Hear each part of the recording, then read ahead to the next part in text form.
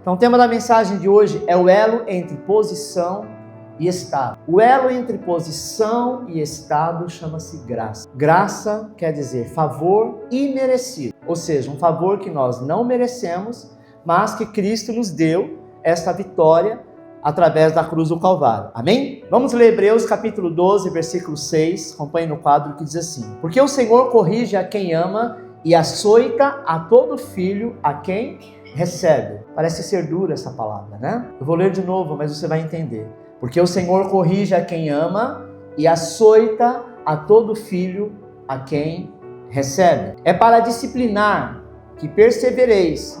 Deus vos trata como filho, pois que filho há que o pai não corrige? Mas se estáis sem correção, de que todos se têm tornado participante, logo sois bastardo e não filho. Além disso, tínhamos os nossos pais segundo a carne, que nos corrigiam e os respeitavam. Nós havemos de estar em muito maior submissão ao Pai espiritual e então viveremos. Amém? Quando nós falamos de correção e que o texto de Hebreus fala a respeito de açoitar, a impressão que temos é que aqui ele fala de Deus como um Deus ruim, um Deus nervoso, um Deus que está de alguma forma corrigindo para ferir, porque açoite é ferir. Mas o autor de Hebreus nos mostra, amado, que a disciplina de Deus é um sinal que ele nos trata como filho. É engraçado que às vezes nós queremos ser tratados como filhos, mas quando ele se posiciona como pai, nós nos fazemos vítima. E o que mais tem hoje são igrejas de pessoas vitimistas, que aprendeu a respeito da graça, mas não respeita a graça como tal. Isso já nos dá uma pista, porque a filiação é uma posição e não um estado. Repita comigo: eu sou filho. Isso é uma posição, não é um estado. Amados, então qual é a diferença entre posição e estado? Repita comigo: posição é aquilo que nós somos diante de Deus. Então aquilo que você é diante de Deus é a sua posição, é a posição que você exerce. Posição, amado, é a maneira como Deus nos enxerga, e você vai entender isso. Ponto 1, o que define sua posição é a graça. Posição, amado, é algo que foi estabelecido pelo Senhor, definido por Jesus e não depende de nosso esforço próprio. Ou seja, a sua posição não depende de você ser bonzinho. A sua posição não depende para você ser filho, você tem que fazer determinadas coisas. Sabe? A sua posição não depende do seu esforço próprio. E a posição nunca vai mudar. Uma vez filho, filho para sempre. Existe ex-filho? E se o filho chegar para você e falar assim: a partir de hoje você não é mais meu pai? É possível? Ele pode mudar, ele pode se transformar, ele pode mudar de todas as formas, mas quando colocar lá um DNA e comparar, vai ver que de quem é filho. Às vezes tem filho que descobre o pai que tem e nem sabe que um dia esse pai existia. Agora o estado, amado, é algo que muda. Posição é imutável. E estado é algo que muda. É a maneira como nós estamos naquele momento ou naquele dia. O seu estado é esse. Essa posição, sabe, não é resultado dos nossos esforços, mas um presente da graça de Deus. Ou seja, a sua posição é pura graça de Deus. Você vai entender, eu vou devagar, daqui a pouco você entende aonde eu quero chegar. Por exemplo, a Bíblia diz que nós fomos santificados e justificados diante de Deus. Você crê nisso? Então, amado, essa é a nossa posição. Nunca vai mudar. Você foi santificado e justificado. Santificado não quer dizer que você virou santo no sentido de igreja católica, né? Mas que você foi santificado. A palavra santo vem do termo kadosh, quer dizer separado. Ou seja, você foi separado e foi justificado. A justiça de Cristo está em você. É por isso que Deus olha para você e mesmo quando nós pecamos, nós erramos, que não deveríamos, e nós vamos entender isso um pouco mais à frente. Deus, quando olha para mim, olha para você, que aceitou Jesus como Senhor e Salvador, Ele não vê o seu pecado, Ele não vê o Alexandre, Ele não vê a Maria, Ele vê Cristo, porque a Bíblia diz que o Senhor nos justifica como santos, santificado. Então, essa é a nossa posição, e ela nunca vai mudar. Tem gente que acha isso um absurdo, mas é a Bíblia que diz, não sou eu, sabe? Só que nem sempre o nosso estado condiz com a nossa condição, com a nossa posição. Sim ou não? Vamos lá, letra A. Você é santo, mas teve um dia mau. Achei interessante essa imagem. A mulher está no restaurante, ela está tão nervosa, tão irritada que ela quebra o prato. Vamos trocar a palavra santo pela palavra crente? Você é crente, mas teve um dia mau.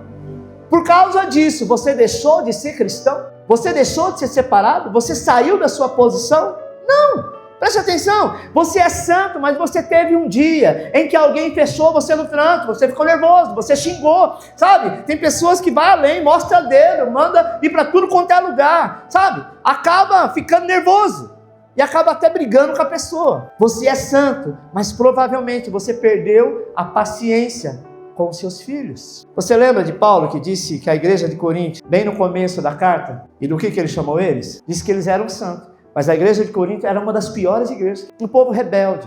Um povo que ia para a ceia, enchia a cara e saía de lá bêbado. Um evento que era para ser santo, sabe, se tornava um evento de deboche. Como assim, pastor? Eles não tomavam a ceia como a gente toma, com um pedacinho de pão e um suco de uva? Não. A igreja primitiva, quando ela se reunia com várias pessoas, como se fosse uma grande célula. Só que eles faziam um jantar antes, sabe? Todo mundo comia junto e bebiam vinho. É pecado tomar vinho? Não! O pecado é você encher a cara e fazer besteira. E eles estavam lá e daqui a pouco Paulo repreende a igreja de Corinto. Paulo fala, quem tem fome, come em casa. E quando se ajuntais, não se ajuntais para a perdição. É isso que ele fala, ele chama eles de perdido. Mas por causa disso, eles deixaram de ser santos? Não, Paulo fala da atitude deles. Não fala da posição deles, mas do estado que eles estavam. E muitas vezes saía briga, amado. Mesmo com tudo quanto era pecado no meio da igreja, Paulo disse que eles eram santificados, chamados para ser santos. Santificados era a posição deles, era uma maneira como Deus enxergava o povo. Deus olha para você mesmo no dia que você está, pior dia de crente que você já teve. Deus olha para você como filho. Eu tenho certeza, amado, Deus o livre disso, mas um dia se um filho seu tentasse te matar, você ainda iria olhar para ele ou para ela com um olhar de misericórdia. Porque uma coisa, você pode estar irritado, chateado, triste na hora, mas nunca vai esquecer daquele que foi gerado de Deus. Cristo nos gerou, não merecíamos, mas ele nos fez santos, santos e santificados. E chamamos, amado, o Senhor de Pai, porque verdadeiramente é Pai. Sabe, chamados para ser santo era um estado.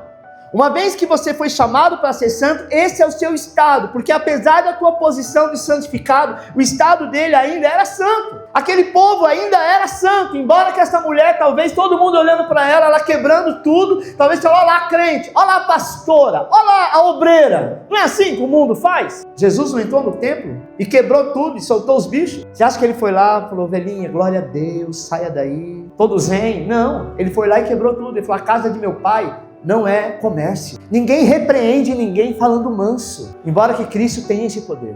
Mas não foi isso que aconteceu aquele dia. Letra B, você é santo, mas está desmotivado. Tem dia que você acorda super animado, motivado, sabe? Mas tem dia que você não está disposto nem mesmo a trabalhar ou sequer sair da cama. Desanimado, cansado, sabe? Parece que não dormiu direito. Isso é normal, irmão. Isso não te faz menos filho, menos cristão ou menos abençoado.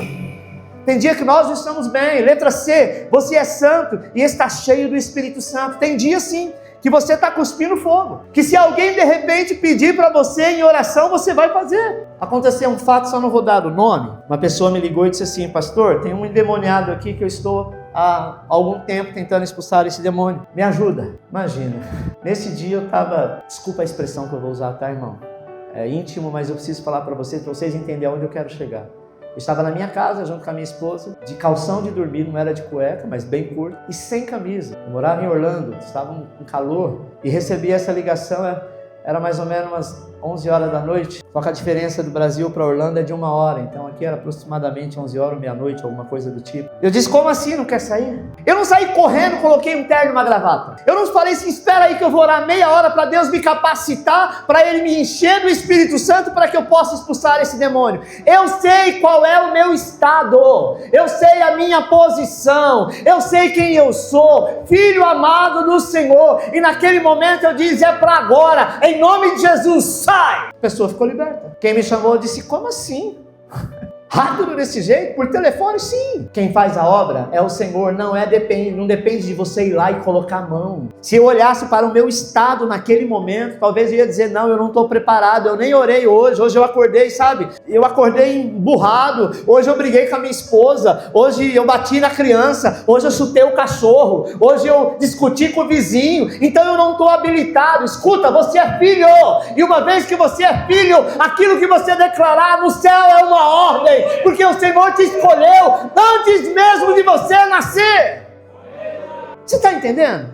Por que eu venho com esta palavra? Porque tem dia que o diabo nos afronta, tentando te diminuir, dizendo que você não vai chegar a lugar nenhum, que você é crente meia boca, que você não é nada. Eu quero te dizer o seguinte: levante a tua cabeça. Sabe, querido? Levante a tua cabeça. Se alguém tentar entrar hoje no gabinete lá na América do Donald Trump e colocar o pé em cima da mesa dele, com certeza boa coisa não vai acontecer. Mas se o filho dele, ou neto dele, ou bisneto dele entrar lá, sentar na cadeira do presidente da nação mais poderosa do mundo e colocar os pés em cima da mesa, vão achar bonitinho, não afronta. Por quê? Porque é filho de quem é. O diabo muitas vezes tenta te calar. Quando você está passando por um procedimento, tem pessoas aqui, amado, que estão passando por uma luta e o diabo está na tua mente, olha, é por causa disso, é por causa daquilo, é por conta disso, é retaliação, é isso e aquilo. Manda o diabo calar a boca e diz, eu sou filho amado e no momento que eu voltar o pai vai fazer festa. O filho pródigo que estava desviado, comendo comida de porco, sendo envergonhado, mas o dia que ele disse, eu vou voltar para a casa do meu pai, o pai fez festa. O pai me perguntou quanto que ele gastou, tudo que ele tinha feito, que tinha estourado o cartão de crédito. O pai dá um anel para ele, sandália nos pés, coloca uma roupa nova e diz, agora é festa, porque meu filho estava morto e agora reviveu. Está entendendo? Então, meu irmão, tenha certeza que a sua conexão é direta com o rei. Letra D, você é santo e está cheio de fé. Achei muito interessante esta imagem. A pessoa está orando, ela nem sabe o que está acontecendo, mas no mundo espiritual a sua oração está tendo uma conexão direta. Talvez não aconteça naquele instante, naquele exato momento, mas fica em paz, porque aquele que te chamou não mente, não erra e não vai te abandonar. Você só precisa colocar em prática. Tem dia que você está tão cheio de fé que se você, sabe, se aparecer um morto ali, você vai orar e a pessoa vai ressuscitar. Esses dias eu estava mexendo em alguns arquivos, alguns DVDs. Um deles eu até mandei para o Dani, o dia da conversão do Dani. Isso que é bom a gente gravar, né? Eu gosto de ser tecnológico por causa disso, porque tudo eu tenho arquivado, tudo eu tenho na nuvem. Eu achei, e também achei uma campanha de 1995? Não, 98. Eu já comentei desse primeiro milagre que o Senhor me usou para operar na vida de uma pessoa que não andava. E eu achei, se der no final do culto até coloca, acho que tá aí, Marco, no OneDrive. Ele é curtinho, aquela cara de novinho, que eu continuo, né, novinho, não tem jeito, é a beleza em pessoa. E eu estava ali, amado, eu parecia que eu estava com o terno do Didi, enorme, isso aqui quadrado. Coisa feia de ver, mas é bom, o bom é o final. E aí eu oro por essa menina, e ela chegou na igreja de muleta, né, andava bem, com bastante dificuldades, com a muleta, e ela saiu de lá caminhando e foi para casa dela carregando a muleta na mão. Então, o que é isso, amado? É aquele dia que você está realmente, sabe, o dia que você menos sente, o dia que você acha que você está mais para baixo, é o dia que a graça vai te favorecer. Eu te desafio a fazer uma experiência. O dia que você não estiver bem, que você acha que você não merece nada, dobra o teu joelho e fale com ele, Senhor, eu quero ver um sinal seu. Vai durar minutos. E você vai ver, porque não depende de você, sabe, o seu estado está bom ou ruim, bem-humorado, jejuando 21 dias, não, depende de você reconhecer quem você é em Cristo, e verdadeiramente o Senhor fará a obra, amém? Letra E, você é santo, mas está triste. Tem gente que acha que quem é crente tem que estar rindo o tempo inteiro, deveria, porque nós temos milhares de motivos para isso. Mas não é bem assim, amado. Tem dia que você está transbordando de alegria e tem dia que você está triste.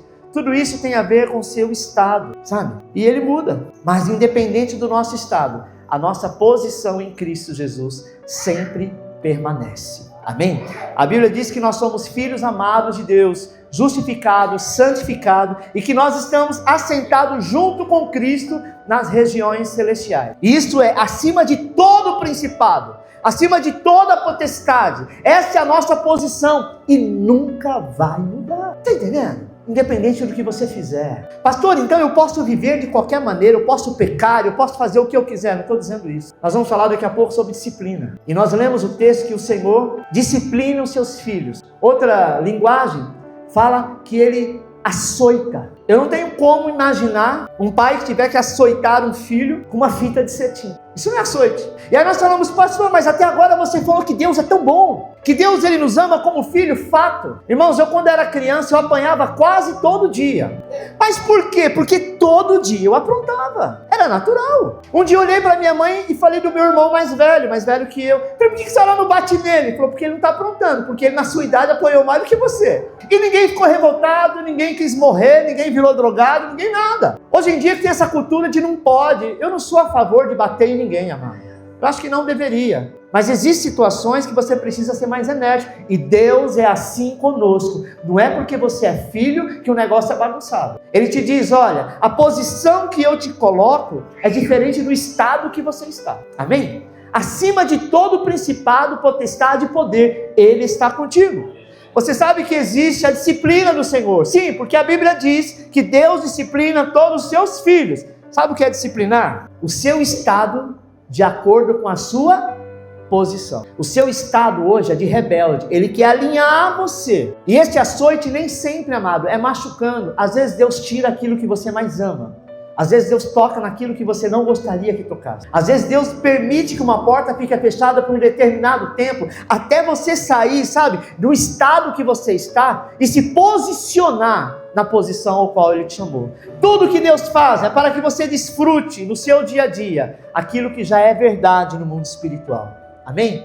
Então, meu irmão, entenda que o seu estado não determina a sua posição. Eu olho para alguém e falo, olha lá, o desviado. Olha lá, o crente que até esses dias estava na igreja. Agora eu vi recentemente ele lá no boteco enchendo a cara. Não fala, não, irmão, o estado dele é esse, você não sabe, ele é filho. E no momento certo, ele pode estar igual o filho pródigo, mas no momento que ele voltar, haverá festa para ele. Não julgue para você não ser julgado, sabe? Não aponta para você não ser apontado, porque da mesma maneira que ele está sendo talvez açoitado, o Senhor também pode fazer comigo e contigo, porque ninguém está livre da correção do Senhor. Deus é bom, mas Deus não é bobo. A graça é fato, você é salvo pela graça. Nós não precisamos fazer nada para ser salvo. Eu não preciso ser dizimista para ser salvo. Eu não preciso ser ofertante para ser salvo. Eu não preciso jejuar para ser salvo. Eu não preciso ler a Bíblia para ser salvo. Para ser salvo, eu preciso entender que só tem um que pode me salvar, Cristo Jesus. E eu entreguei a minha vida a Ele. Pronto. Eu não preciso conhecer todos os livros da Bíblia para saber alguma coisa. Eu preciso conhecer a quem eu sirvo. E Ele será o meu melhor. Nunca devemos questionar a nossa posição em Deus por causa do nosso estado momentâneo. Eu já ouvi muitas pessoas dizer assim, olha pastor, se Jesus voltasse hoje,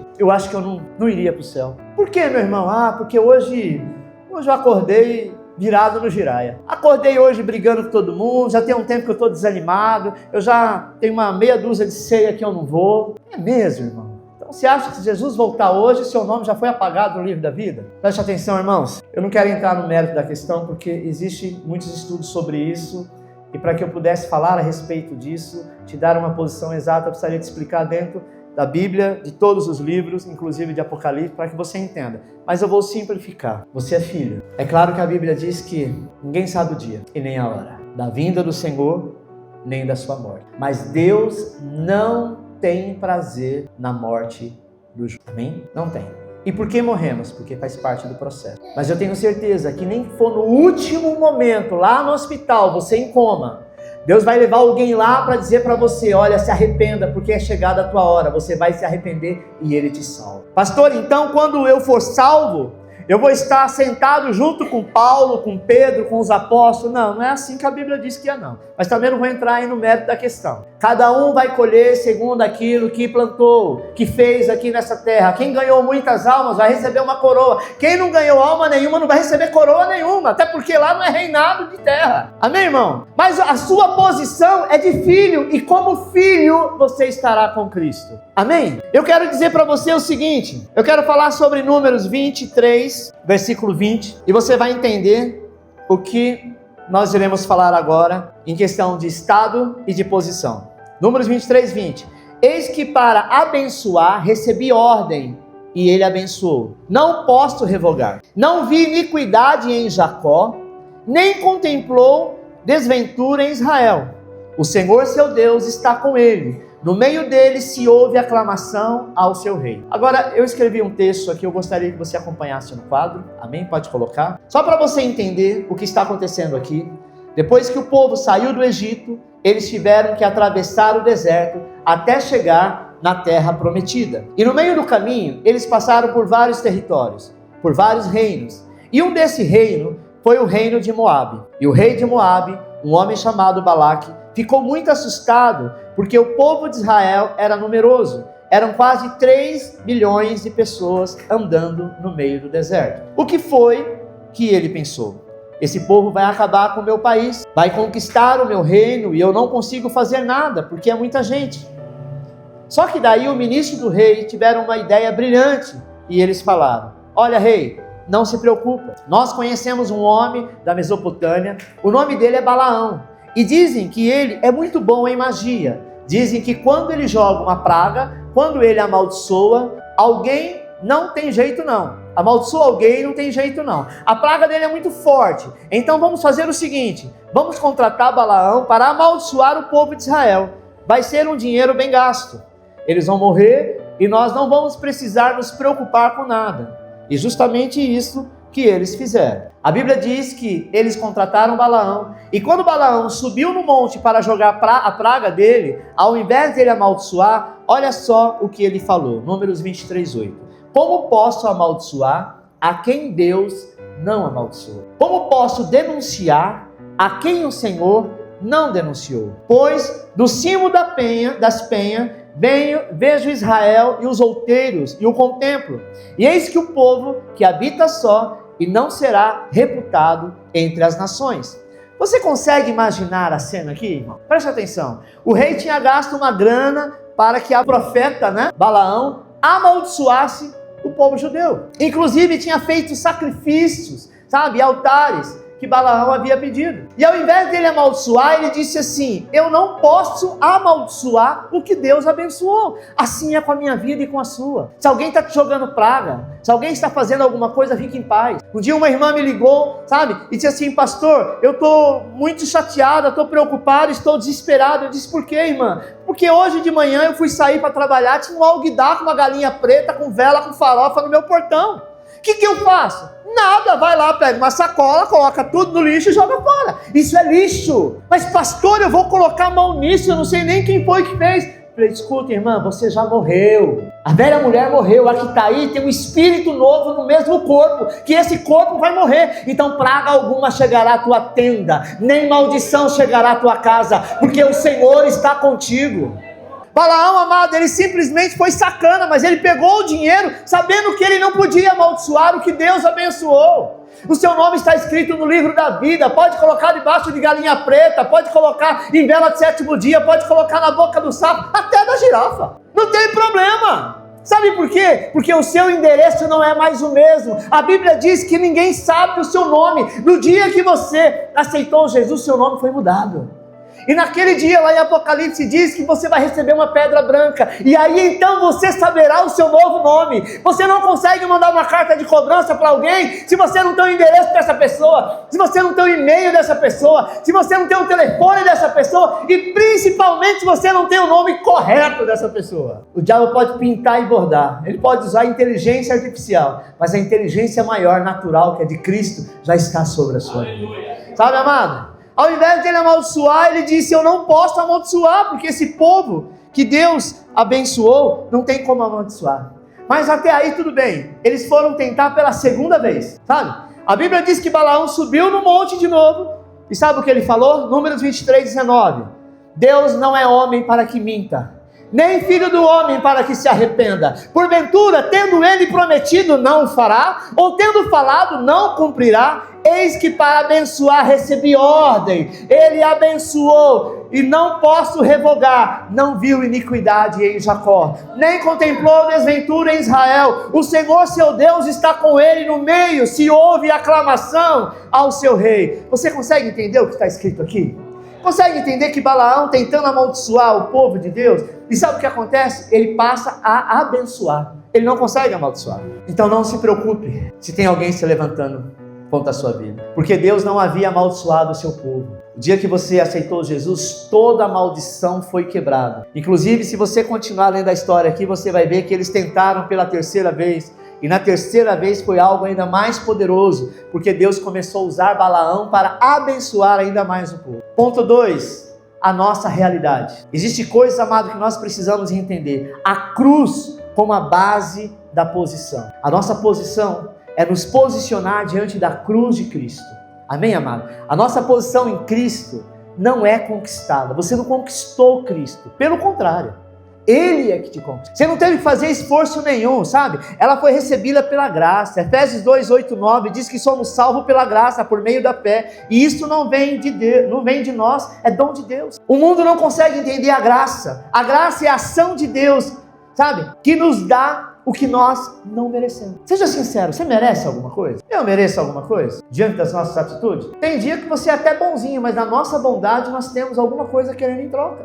Sim ou não? Por quê? Porque nós não merecíamos ter a posição de filho que somos. E Ele nos livra, sabe? Do que merecíamos. O que nós merecíamos? A Bíblia diz que é a condenação pelo pecado. Por isso entenda que a quem Deus abençoou, praga nenhuma, macumba nenhuma, amarração nenhuma, mal olhado nenhum, inimigo nenhum pode te amaldiçoar. Nada. E sabe o que a Bíblia diz ao nosso respeito? Que nós fomos abençoados com toda sorte de bênção nas regiões celestiais em Cristo Jesus, assim como está escrito em Efésios 1:3. Bendito Deus e Pai de nosso Senhor Jesus Cristo, que nos tem abençoado com toda sorte de bênçãos espirituais nas regiões celestiais em Cristo. Prepara, amado, prepara para ser cada vez mais agraciado quando você entende a graça de Deus.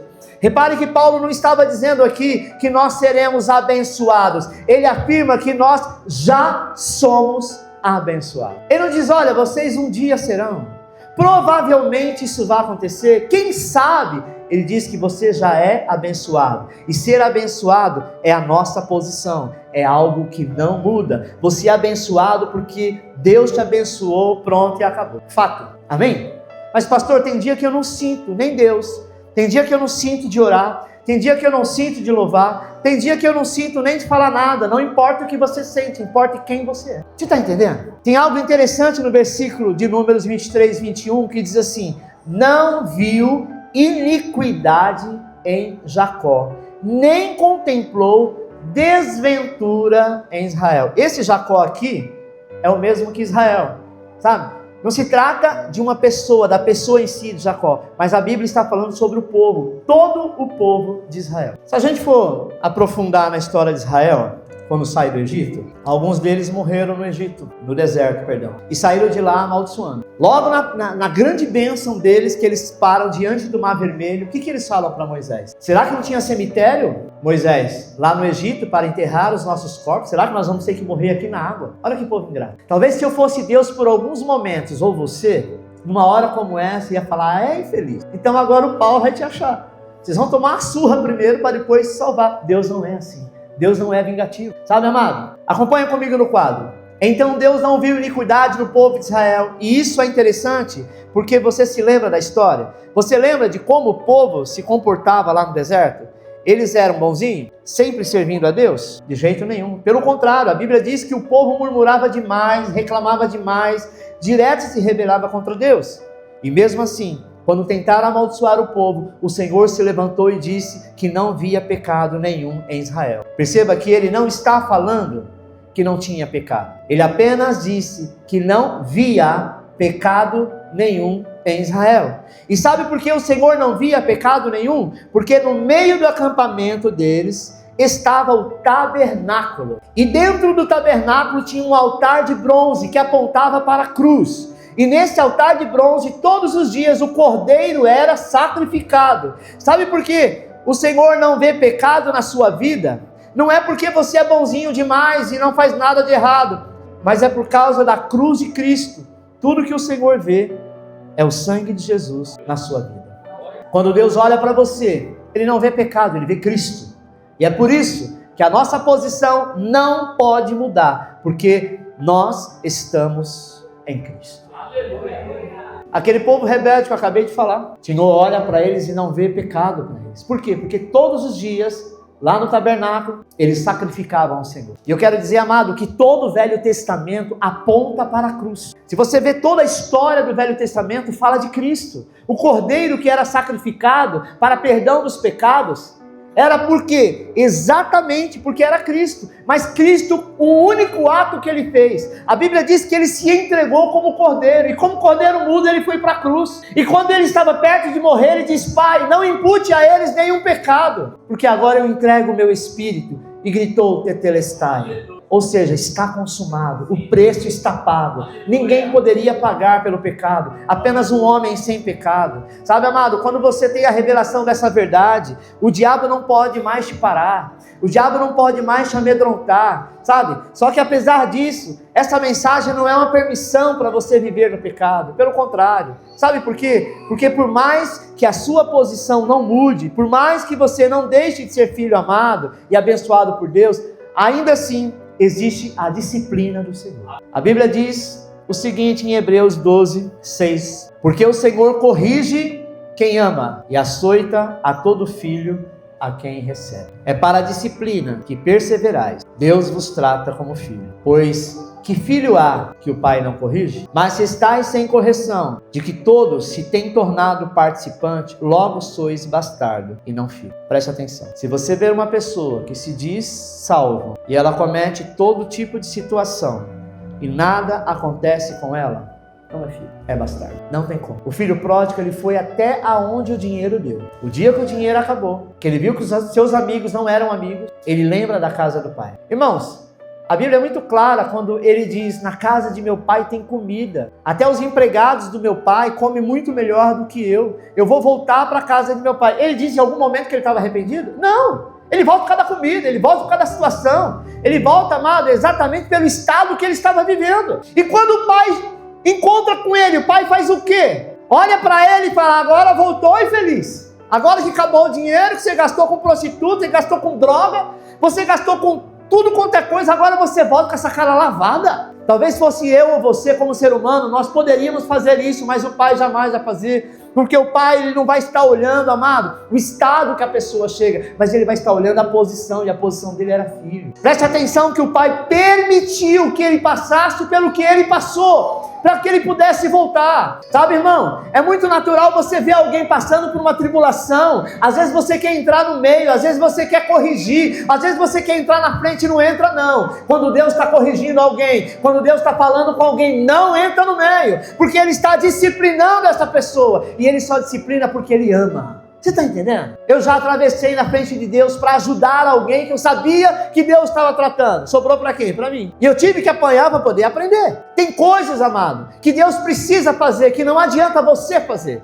Não adianta você pegar o teu filho que está nas drogas, puxar a orelha dele, deixar ele preso dentro do quarto e vai falar: agora você vai pensar o que você está fazendo. Ele vai ficar pensando, na hora que ele sair, ele vai pensar na droga que ele deixou de consumir. Agora, se Deus coloca ele num quarto sozinho e trata com ele, você pode ter certeza que a história muda. E Deus disciplina aqueles a quem Ele ama. Olha só o que está escrito aqui: Deus corrige e disciplina a todos que são filhos. Deus não disciplina o filho do vizinho.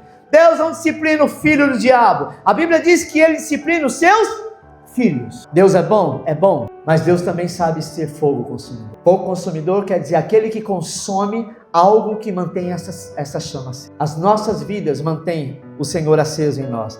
Então o Senhor, amado, vai te disciplinar sempre que for necessário. E sabe por que Ele faz isso? Não é porque Ele é mau, não. Não é porque Ele se agrada em ver o seu sofrimento. Deus disciplina porque Ele quer que você seja alguém abençoado, sabe? Ele não quer que o seu estado seja incoerente com a sua posição. Deus não é conivente com pessoas que conhecem a Ele e continuam no pecado. Não. Você pode ter certeza que Ele vai preferir te disciplinar. Desculpa a expressão que eu vou usar. Ele vai preferir te dar uma surra do que ver você morto indo para o inferno. Amém, irmão? Então, assim, Deus é amor, é amor. Eu vou dizer que minha mãe não me amava? Ela me amava tanto que ela me surrava para eu parar de fazer o que eu fazia. E nunca, em toda a minha vida, disse que ela estava errada. O errado era eu sabia que eu fazia. Sabe, irmãos? Imagina uma mulher que teve 8 filhos, um atrás do outro. Não era fácil naquela época. E os meninos tudo virados do giraia, como eu era. E era teimoso, sabe? Certa feita, Minha mãe mandou eu ir na venda, na época era venda, não tinha supermercado, não tinha nada disso, era uma venda.